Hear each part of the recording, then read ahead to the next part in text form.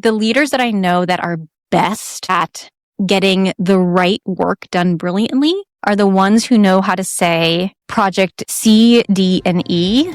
We are not starting until we have finished projects A and B. What would happen if we just told the truth? Welcome to TruthWorks, where we dig into the nitty-gritty of leadership and work. And what needs to change. I'm Jessica Neal. And I'm Patty McCord. Our journey together started in HR, but trust us, it's evolved into something wild, honest, and well, a bit rebellious. So throw out the handbook. We're here to redefine rules to work for us, not against us. Let's dive into another episode.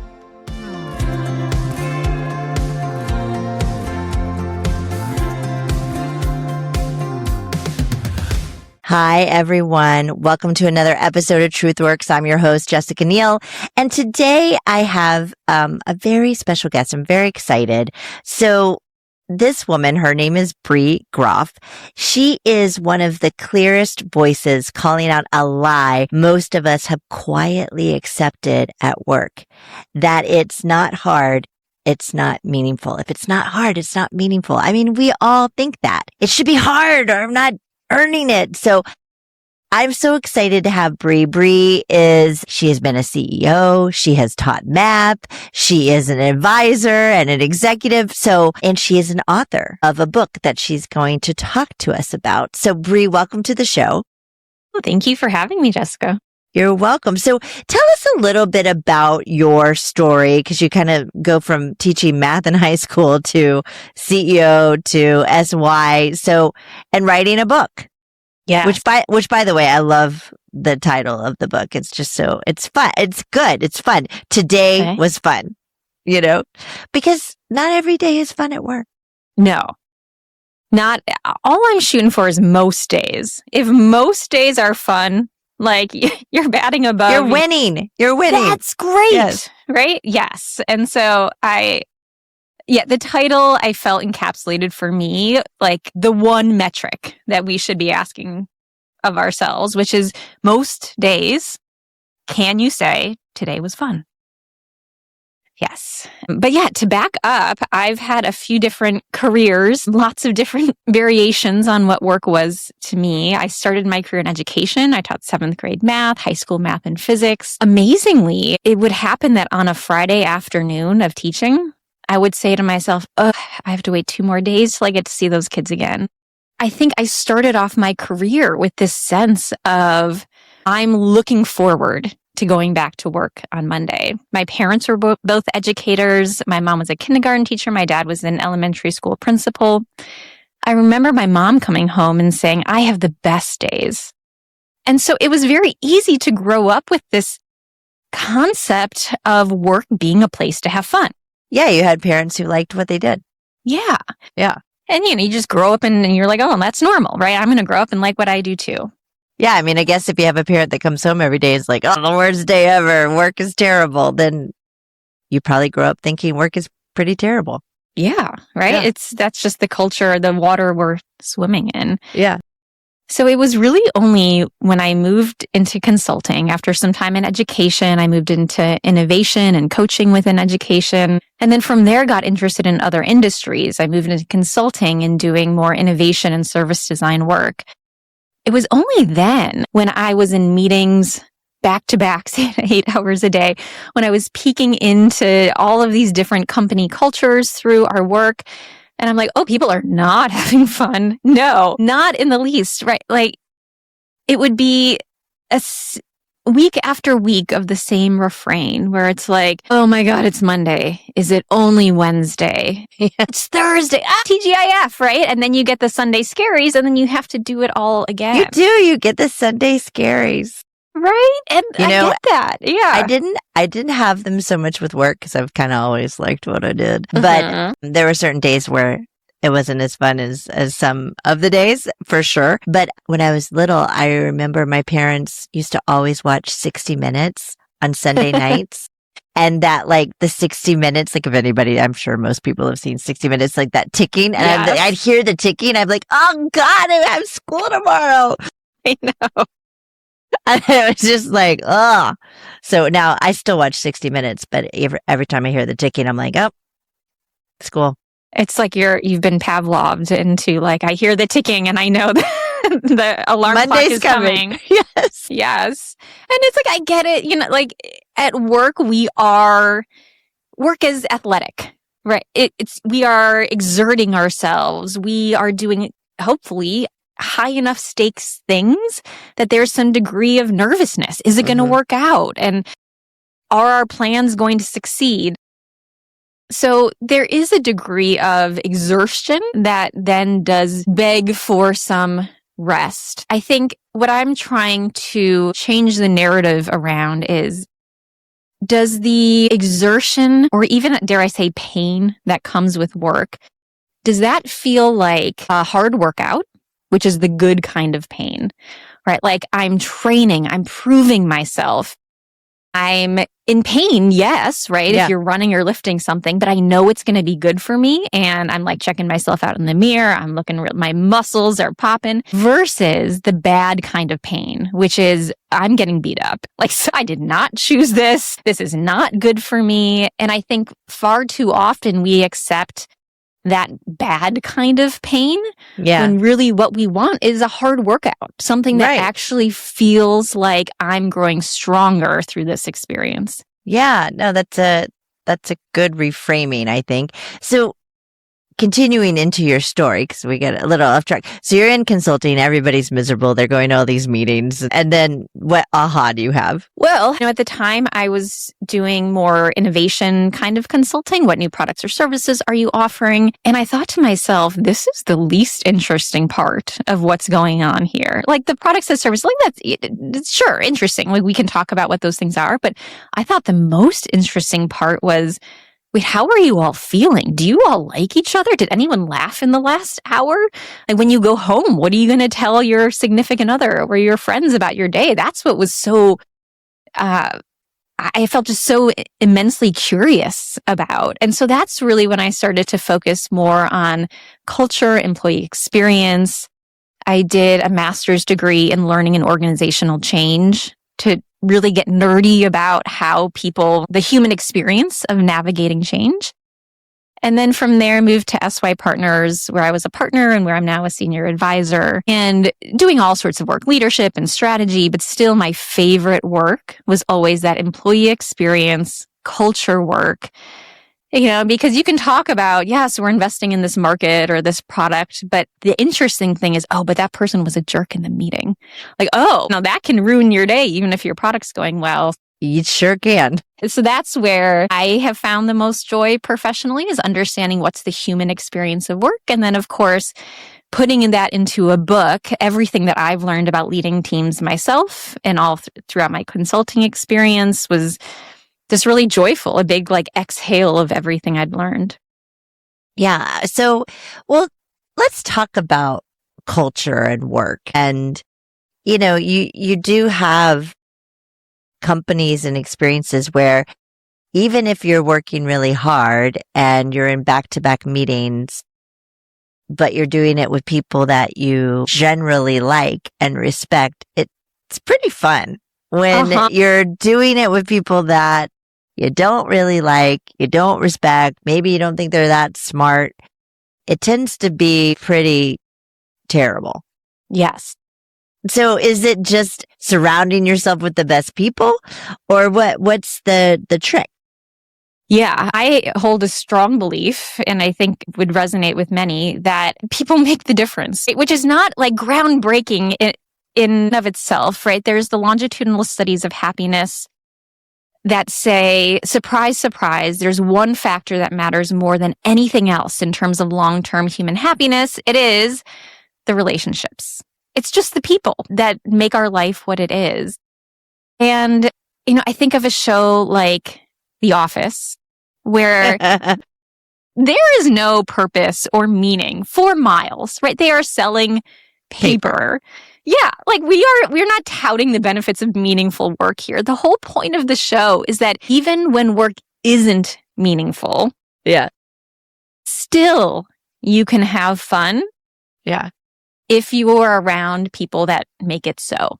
If you make it so yourself, if you like those people. And they all kind of hated each other a little bit, which like making it funny. But that the show was about relationships and the joy that you can create even despite the circumstances. Yes.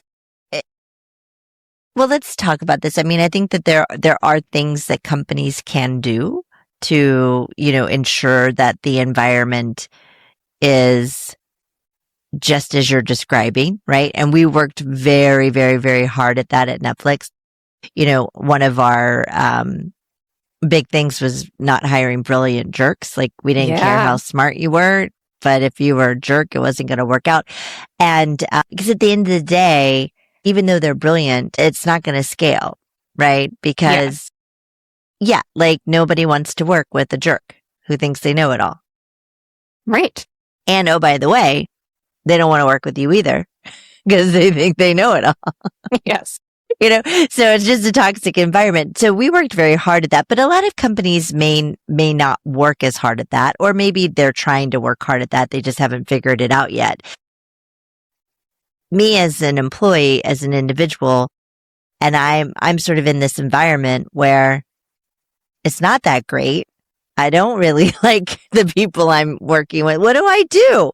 Yeah. How do I have fun?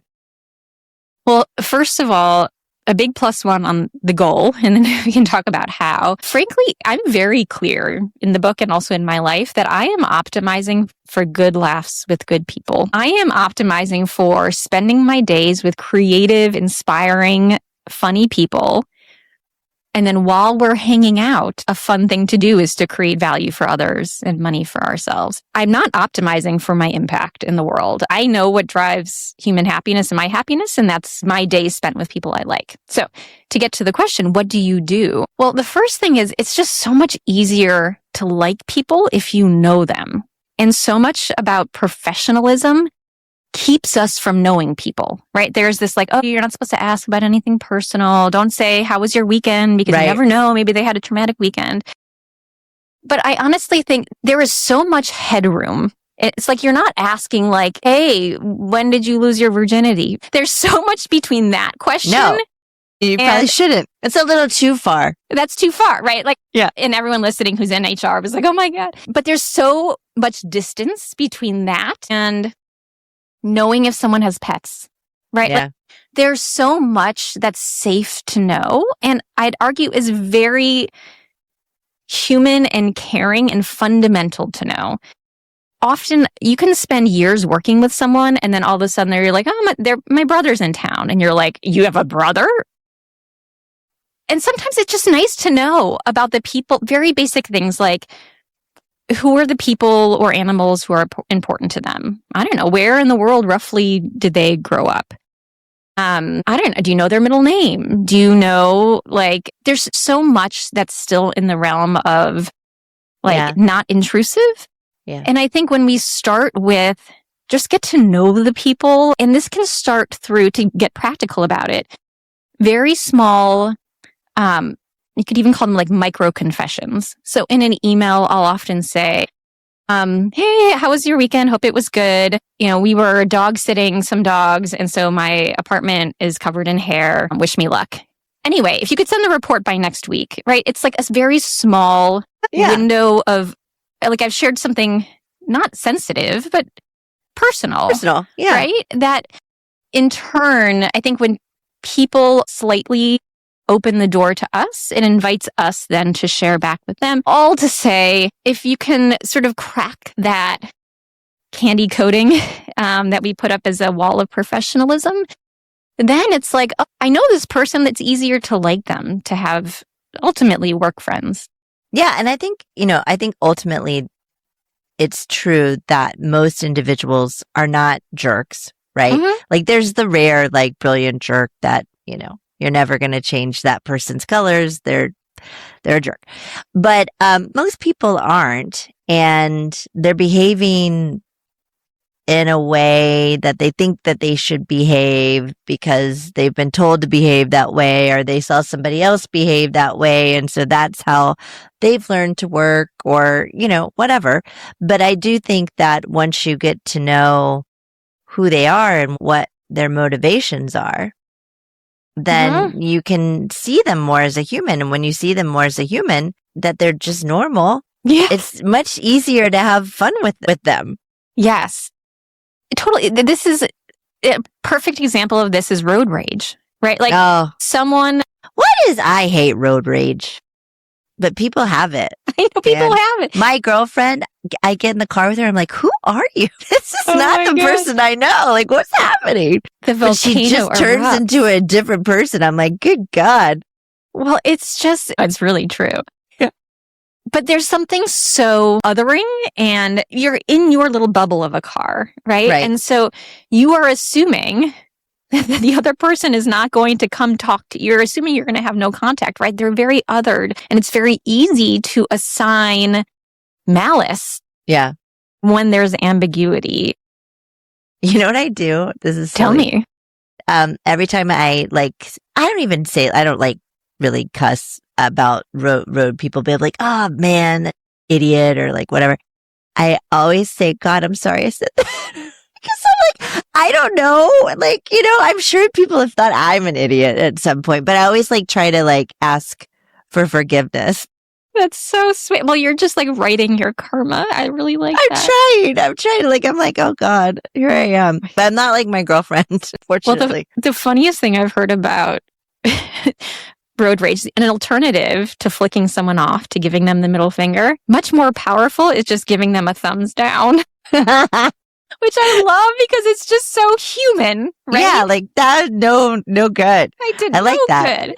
No good. No, somebody told me one time, because you just reminded me with the thumbs down, like when somebody says something rude to you, or, is kind of maybe being a bit of a bully, to, instead of not responding or kind of responding in a bully way back, just to say, are you okay?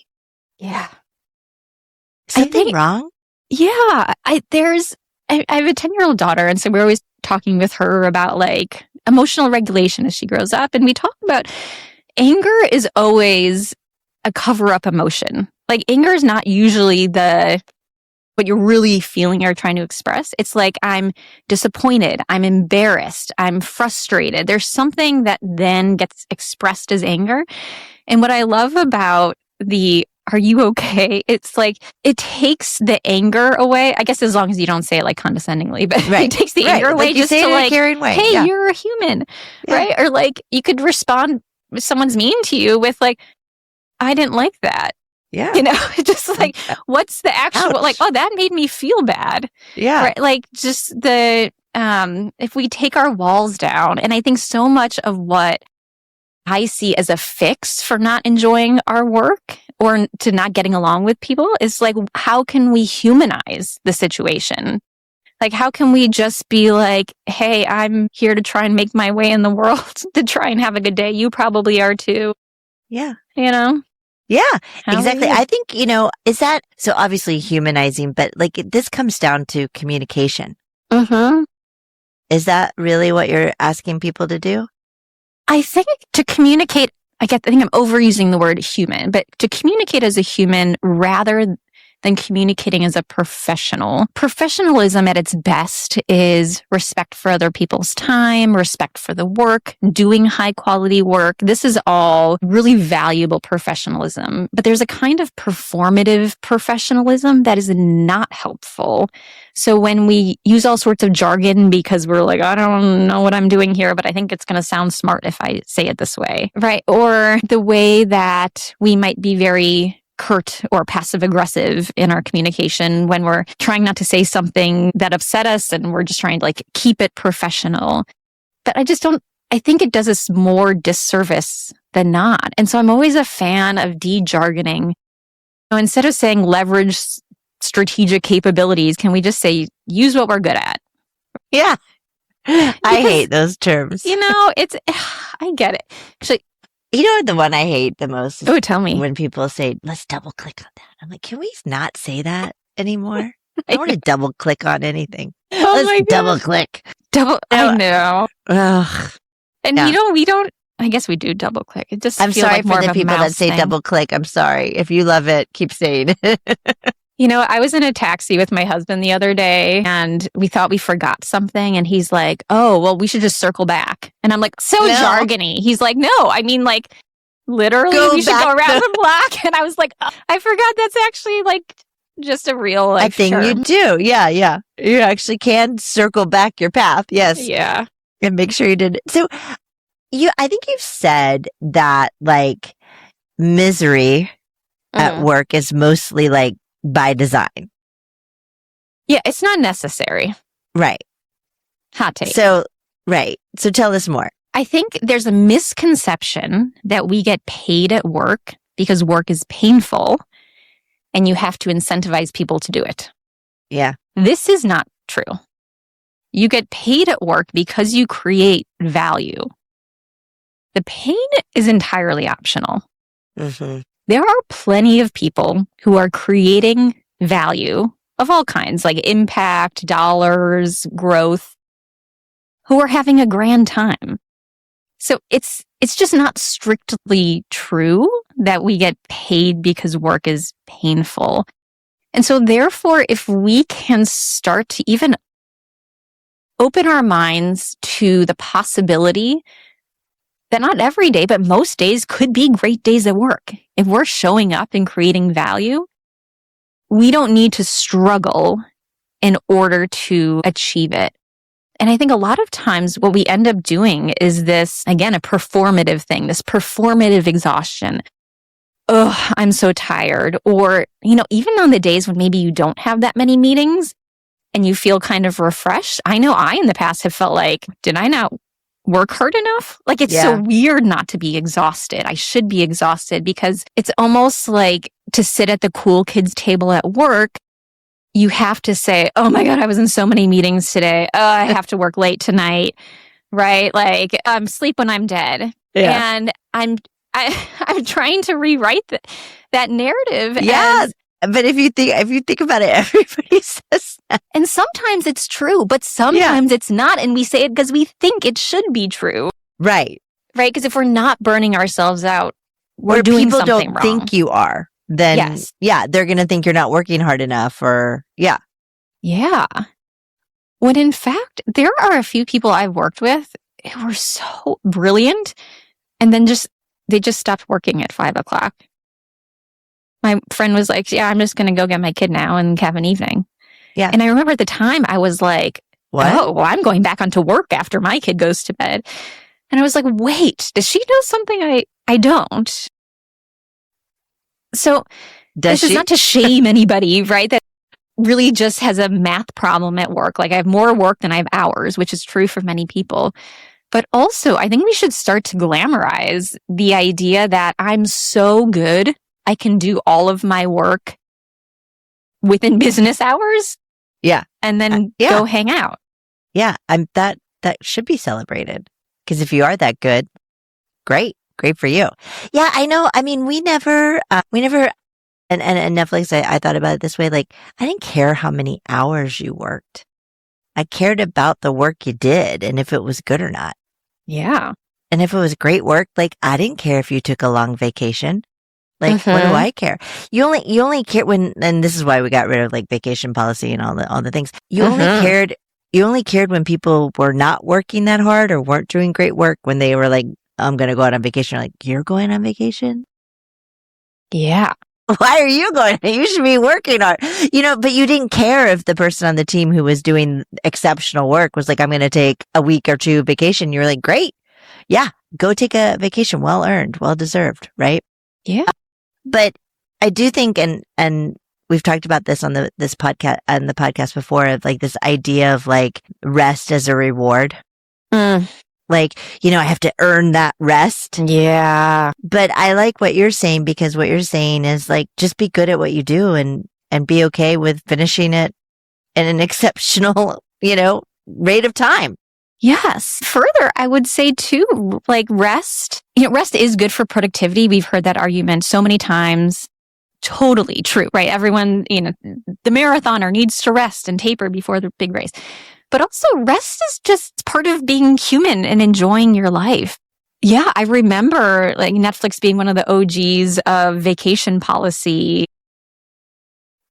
There's even a new acronym I've been toying with. See what you think. Let me see. Instead of PTO, Oh yeah, I which hate is PTO.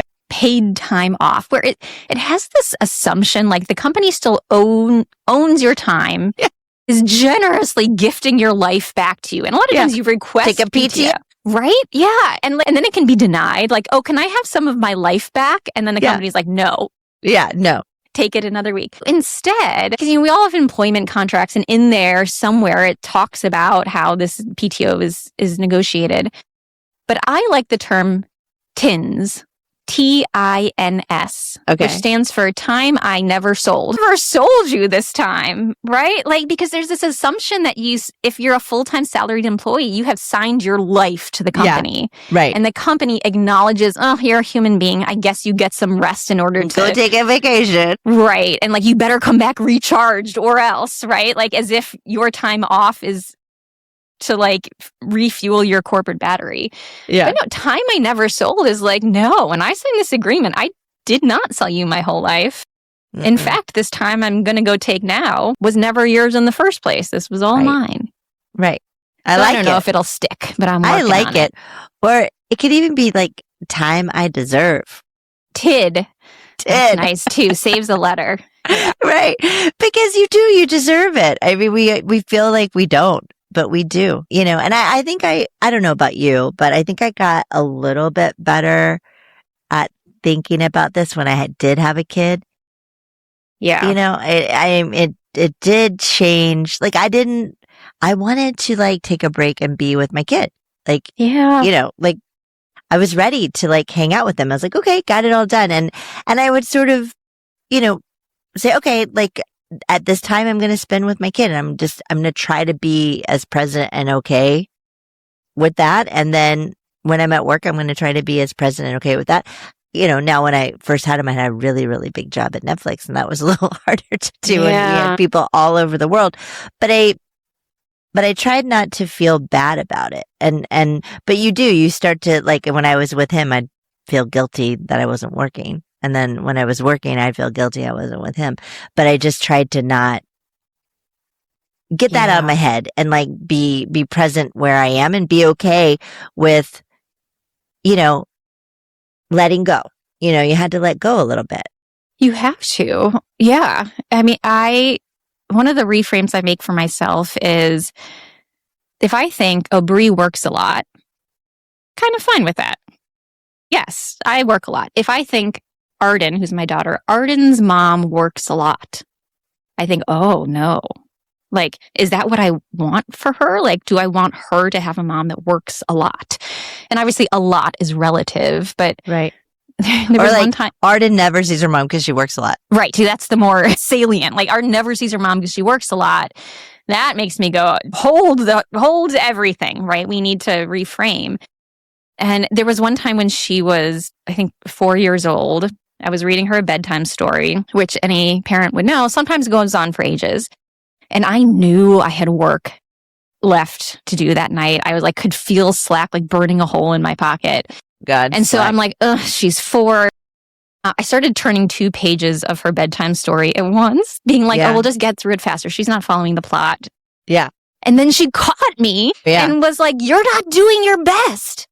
And I thought, my God, I'm not doing my best. My best is reserved for work. Like, she's getting work's leftovers, the scraps. Right. Oh, Arden. And I was like, oh, this is not mommy, okay. This is horrible. It's a horrible moment as the mom. We've all been there. Yes, right? And so now we read all of the pages, or rather now she's older and we read next to each other. But sometimes it just takes getting called out like that.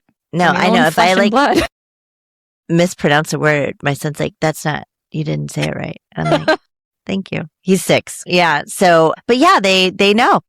They know. Yeah. I mean, he'll tell me sometimes, like, work is not as important as me. And I'm like, no, it's not. It's not.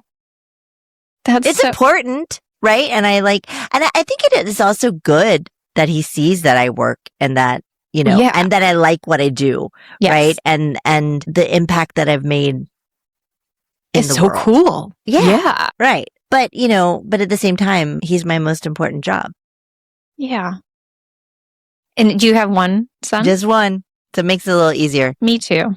Yeah. Yeah. It does. But yeah, I think that's also amazing to show that, well, just like my parents showed me, that work is not something to dread while you're in school and growing up. It's a way to get to say what you think is cool in the world and then go do it, to have an idea and make that idea a reality. Kids have such a strong can I try muscle, right? Like, can I help make dinner? Can I, put this thing together? Which is, you're always like, yes. I know, I'm like ready for the eggshells. But it's going to take 4 times longer. I know. So you really have to pick your battles, and I'm so guilty of that. But the instinct is so good, I think, and we carry that into adulthood where you're like, ooh, could I try being a VP? Could I try leading that product launch or whatever it is? Like, it's that same sort of, I want to try and make stuff in the world and see what happens. Kids have that instinct for work, and I think at best we keep that as adults. Yeah, absolutely. And do you think, I want to talk a little bit about mindset for a second, because, I think things are also what you make them. Yeah. Like if you say it's going to be terrible, guess what? It's probably going to be terrible. Yeah. If you walk into work thinking this day is not supposed to be fun, it's supposed to be work. Work is a 4-letter word. And it's like all of the tropes, right? Then you're easily going to accept sitting in the fluorescent lit room for 8 hours, taking whatever anyone throws at you, doing, making your work look normal enough so that you don't get fired. That's a much different mindset than I want and deserve to have a good day, at least most days. And so if you're going into work and let's say you have some expense reports to do, there's one way to do it where you just like sit at your desk and do it, which is the normal way. There's another way where you say, hey, work bestie, do you have expense reports to do too? Do you want to block like 45 minutes? Let's go outside, sit on a park bench. Let's get in a latte. Should we do them together and get some vitamin D? The expense reports they get done either way, right? Or like the version that's virtual or hybrid or however, But one way you are attending to your own joy and making your experience part of work design. So it's not just did the expense reports get done, but did you have fun doing it? Can I, right? Yeah. Like even the worst parts, well, for me, expense, invoicing is terrible. The worst part. I hate it. Yeah. But if I can do it with a nice beverage, if I can put on some music, that's just me valuing what that experience is, as opposed to totally forfeiting any part of my joy to work because I don't believe it deserves to be there. Right. Ugh, I love that. So, okay, well, let's talk a little bit about like all the research that you did and then your experiences too. Like, I'm sure were part of your research, but like, was there anything that really like shocked you or that you were like, I didn't think that was a thing, but it's a thing? Oh, or just about people in general and how they work? Like, was there anything that you were surprised by? I'm usually surprised how many creative people don't feel that their creativity is welcome at work. I know so many people who, again, sort of professionalize themselves and don't offer up their best ideas. So there's a whole chapter on creativity, and it's called Do Brilliant Work, Don't Let Busyness and Conformity Sabotage You. So a colleague that I know that I've worked with in years past is a creative genius. And yet he often sits in back-to-back meetings creating decks for clients in the way that the client would want them. Okay. As opposed to putting his best and bravest ideas out there, which I know he has. Right. But we often assume that our best and bravest ideas are not welcome or they're just too much work to put out there. And so is it also fear too? Like you're scared? For sure, right? Yeah, like a fear of rejection. Yeah. And frankly, like big, brave ideas often are not good. That's actually kind of the point of them being risky. But But I think so often we stop ourselves before we even try. So one of the things that I feel most passionately about is it's not exactly bring your whole self to work, because I know that argument is sort of mired in lots of different complexities. I really don't like that term. It's a weird term. It's like, I like the instinct, but then everyone's like, but do I have to? And then it feels like invasive. And I don't know. Well, yeah. And it's like, I don't know. It's sometimes weaponized with people like, well, I'm bringing my whole self to work. I'm like, well, don't bring that self. Like, I don't want the drunk self. I don't want, I don't want any of that. Like, yeah. Yes, it definitely is.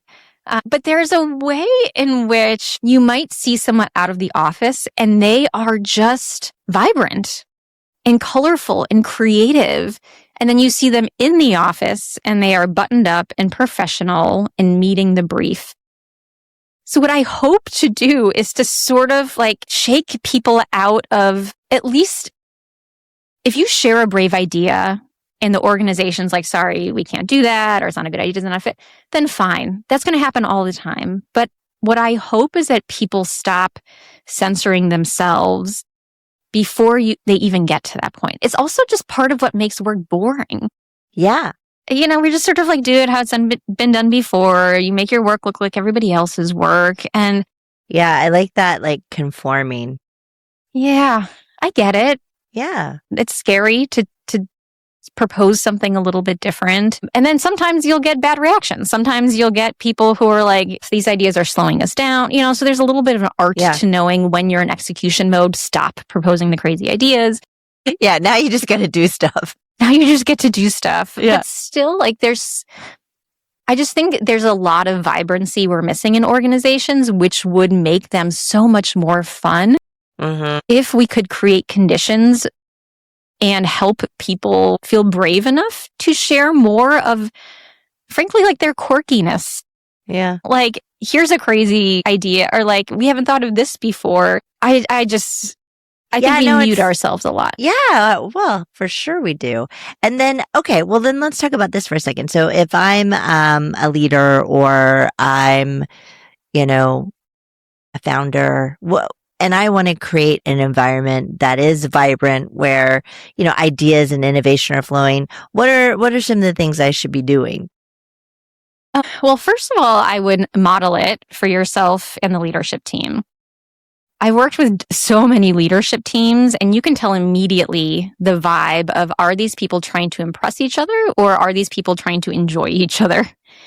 And the latter is what you want. And so when I see a CEO show up, you don't have to all the time pick your moment, but like in more casual clothes, you can pick your like micro subversion, but sometimes if a CEO swears, that'll rub some people the wrong way. But other times, it makes them human. It's a social subversion, right? That says, I'm willing to be a little bit more casual, a little bit more informal. A leadership team that laughs with each other. So if you're a leader and you're like, how do I make my organization more fun? Just start with, well, what do you think is funny? Can you share that? Can you create the conditions where enjoying yourself is actually welcome? So I did one client project where we had the CEO. We did this like little series of commercials for the all company, all hands, where the CEO was reading his book to a bunch of 6 and 7-year-olds. And then we had them asking all these weird questions. And we actually hired a comedy consultant to help us make it funny. Yeah. And of the entire all hands experience, it was like a whole week-long event. This was the highest rated component. People just wanted to see the CEO, like, not making a fool of himself, but like, as a human, right? Yes. It was like, he wasn't like a comedian by training, but that made it better. Like, it was just so endearing. Right. And so I think if you can... And relatable, right? Yeah. People just want to know, like, oh, you're also a human in there. Yeah. You're not a superhuman, executive robot. Well, because so like as better. soon as you're like a CEO, you're like, I don't know, you're anointed, right? You're on this like different hemisphere than the rest of us, and you're the almighty, and they're not. They're just a human. I know. They put their pants on one leg at a time. Yes. Just like everybody. Just like everybody else. Yeah. It's, I think that's great advice. Yeah. For one day, if you had to make your top metric for one day, your organization, minutes laughing, what would you do? I bet there's like CEOs and founders listening right now that are like having panic attacks thinking about Look, it's one day, people. You can do it for one day. laughing. No more laughing. But I think the truth of it is, I think a lot of leaders and CEOs fear that if they take their foot off the gas, Right. everyone else is going to be like, oh, great. Now we can just laugh and go home and not work hard. Right. We don't have to work hard anymore. Right. Which is not the case. And I think actually Netflix pioneered this idea that people want to be good at their jobs and work hard. They do. If you start with that assumption, Yeah. then your job is to take care of them and their job is to take care of you, which is so much different than an extractive model where you're like, I'm trying to get work out of you and you're trying to get a paycheck out of me. Yeah. You just got to switch those around but somebody's got to go first. So as a leader, what does it look like to say, hey, I'm just going to trust that you all really, really want to be good, that you want to be successful. You want the And I actually, at the core, I think 90, I don't know, you probably know better than me, but I think 99% of people do. Yes. Oh my God. Yeah. I mean, I've interviewed hundreds and hundreds of people on their experience of work. I really have yet to meet one that's anywhere close to, I don't care about how I'm doing. Everyone's like, I want to do a good job, but I'm not really sure about my responsibilities. I don't feel like I have the skills. This team's hard to figure out how to collaborate with them. It's always contextual. It's never for lack of just like really like wanting to do a good job and be seen as doing a good job. Yeah. No, I mean, like when I think back at Netflix, I mean, like even in the hardest times when, stakes were pretty high and things were not very certain, we were still having fun. Oh, like it was serious and there were moments where it was like not the time to laugh, right? Because it was serious and we were talking about serious things, but we actually enjoyed being with each other. A lot of really the reason I wrote the book not only was to share all this professional experience, but was because I lost my mom a few years ago to cancer. I'm sorry. And thanks. I took leave from work and cared for her for about 9 months. And I think the biggest realization I had was Mondays are not a renewable resource. And while all of my colleagues at work were just trying to get through the week, we were, for my mom, hoping for any way that we could salvage more good human days. And it just felt like such a weird dichotomy. Right. That at the end of your life or during, all you're trying to do is hold on to more days. And yet when we're working, we throw them away. We try to get through them. Right. As fast as we can. Right. And so when I think about those hard times that you were in, to acknowledge that you're in a hard time and still value this is one of my finite days on the planet, we should still try and enjoy each other and enjoy this day that we get that's never going to come back again. I think, that's sort of the end game. Yeah. You just gave me goosebumps. Oh. And I usually ask for like our guests to give like a little bit of advice, but I think you nailed it right there. Like, don't waste your days. Oh, don't waste your days. Yeah. Yeah. When this day goes, it doesn't come back again. Yeah. Well, you're making me get teary. No. Bree, I love you. You're so great. I'm so glad we have had you on the show. We are running out of time, which I'm really quite sad about. In a very genuine way. I know this has been so much fun. I know. This, and your book is so great and you're so great. You're such a joy. Thanks. And I know you're going to get people to have more fun at work. I have no doubt. And I love the mission. And to all you listeners, just try to have some fun. Come on. Yeah. Don't waste your days, people. Okay. So will you join me in a career confession? Ooh, I'd love to. Okay. So I'll set it up with a little context and then I'll get to the question. Okay. Many organizations say they care about well-being, but still reward urgency, overwork, and control, even when they know it's breaking people. If joy, trust, and motivation are design outcomes. What are the hardest leadership behaviors that actually have to change for work to feel meaningfully better, not just sound better? It's a tough one. Well, maybe not for you. I don't know. Well, it is a tough. I mean, it's sort of the difference between like it's tough to get in shape, but it's easy to know like you're supposed to exercise and eat better, right? Like that part is the easy part. The doing it is right, hard. The hard part.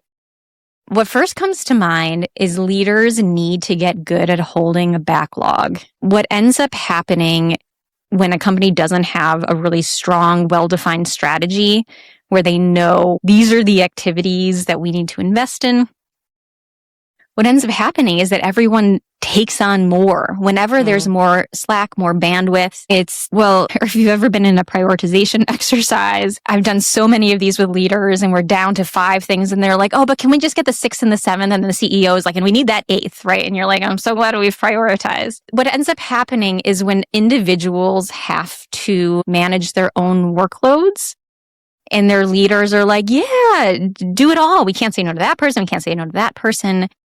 You end up obviously in a situation of urgency and overwork. Whereas the leaders that I know that are best at getting the right work done brilliantly are the ones who know how to say, project C, D, and E, we are not starting until we have finished projects A and B. And this is super hard to do because everyone's boss's boss up to the CEO, up to the board is like, well, why aren't we pushing harder? Why aren't we doing those things? But the truth of it is creative and brilliant work needs some degree of spaciousness in order to be creative and brilliant. No one's having brilliant ideas in 30-minute meetings. And so the really hard work of the leader, because the leader has the power, is to say, these are the things that we are not doing so that you have enough time to do the most important things really well. And then all of a sudden, an employee has finished all of their necessities of the day and they have time to come up with the interesting idea. They have time to make the thing better, right, and more valuable. So that's where I would start. It's the equivalent of saying you should run miles in the morning, and people are like, I think it's true. I mean, like we used to talk about at Netflix all the time. The hardest thing in strategy was to figure out what not to do. It's not to do everything. That's not strategic. And if you do everything, you're not going to do it well. Yeah. And it should feel a little painful too. It should feel like, well, maybe if we just sneak that in, no sneaking. Don't do that because ultimately that time's coming from somewhere. And it's hard because leaders often don't see where that time is coming from. But if you are not holding a backlog of things to do, if people are overworking, that time is coming from the bedtime stories that person is not reading. It's coming from the time they might have spent exercising. It's coming from the time that they would have to have friends or a sense of community outside of work. It's just that we've been told that's the ultimate not safe for work content. Don't say my marriage is falling apart because I never see my spouse. At home. Yeah. Right? Yeah. And so I think leaders it's their responsibility really to understand that if you are over extracting from employees, that's a humanity existential problem, not just a business problem. Like, oh, they're going to be too tired to work well. You have to ask yourself, is that part of my legacy that I want to leave? Is that in the wake of all of this work are, friends who are abandoned, marriages that fail, kids that grow up without seeing their parents. Anyway, not to be a real downer at the end there. You're really taking us down a positive path here. But I do think what you're saying is absolutely true. And leaders do have the power, and they can decide. And, doing more isn't better. It's just, yes. It's just more, right? And people think we have to keep adding and adding and adding. And the key to success, I think, is subtracting. Doing the few things well. I think it was a Tim Ferriss quote. He said, doing something unimportant well does not make it important. Right? Yeah. But that's part of the bravery of being a leader and knowing, or not even knowing, having a real good hypothesis of what's most valuable to your business and letting your people focus there. Yeah. On what's most important. Bree, if I was with you, I'd give you a big hug. You're I'd hug you back. fabulous. You're fabulous. Okay. So I hope you come back on the show sometime. I hope you write another book, and now you're a friend of the family. So you'll be hearing from us. Love that. Well, this has been so much fun, which is always a good sign. Yeah, I know. Well, you get to do lots of these, so hopefully I'm in the top percentage of, A+. Yes. Perfect. Okay. Well, Bree, thank you for coming on the show, and it was great. Thank you. Thank you. Thanks for listening to TruthWorks.